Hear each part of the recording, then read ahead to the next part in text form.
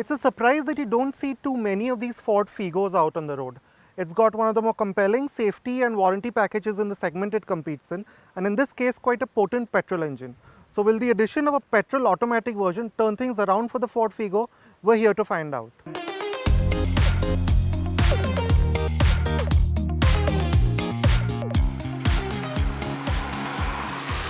The Figo was available with a DCT gearbox with the earlier 1.5 litre petrol up until the BS6 switchover. But with that combination not attracting the compact car tax breaks, Ford India has now fitted this different gearbox to the 1.2 litre petrol that is likely to be a more popular choice among buyers in the current scenario. The torque converter in the Figo is the only one of its kind in this segment. The Maruti Suzuki Swift and the Hyundai Grand i10 Nios both only get AMT options. The benefit of using this more sophisticated technology is immediately apparent in the seamlessness it lends to the Figo's driving experience. The Figo feels the nicest when you're ambling along in traffic. At this point, the gearbox is quite smooth in its operation, if not entirely seamless. But having said that, there's none of that jarring AMT head nod that plagues other cars in this segment. Also, this time you'll notice that the engine is quite refined and there's a nice clean delivery of power even in the lower reaches of this engine. And of course, the light steering is another advantage that you have in this situation. Understandably, the torque converter in the Figo is tuned more towards efficiency than outright performance.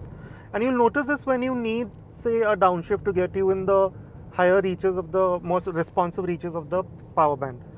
And even though this car has 96 PS and 190 Newton meters, which are, by the way, the most of any of its competitors, you will need a confident dab of the throttle to get you the downshift, especially when you're, say, tackling an incline with a fully loaded car or trying to make ground on the highway, like for an overtake or something like that.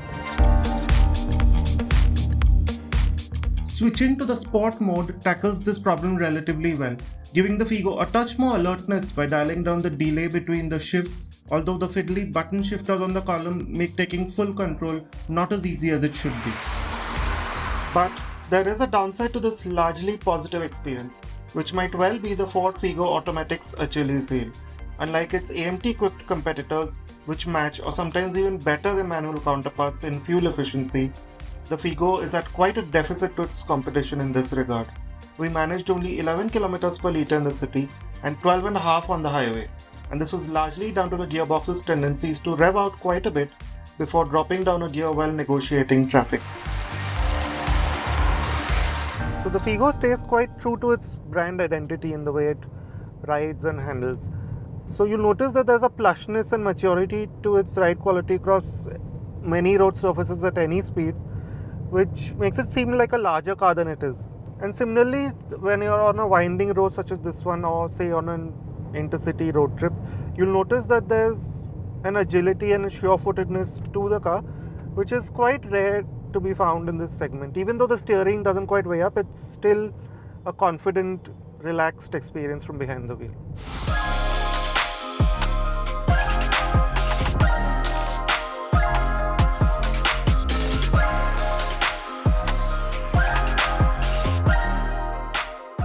Now, aside from the new shifter column that we've already spoken about, not much has changed inside the interiors of the Ford Figo, which is a bit of a mixed bag.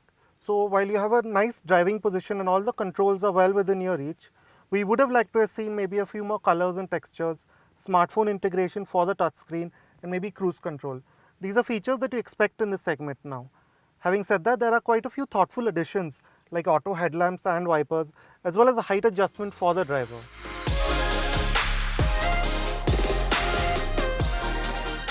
The automatic is only available in the titanium trim with the Figo, which offers no more than 2 airbags.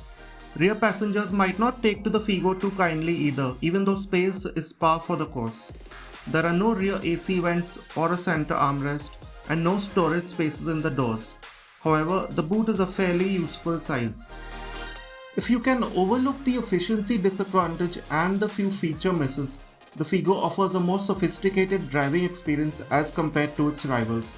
Despite its sedate responses, the gearbox adds to this experience and pairs well enough for most users' needs with the supple yet alert driving characteristic of this hatchback.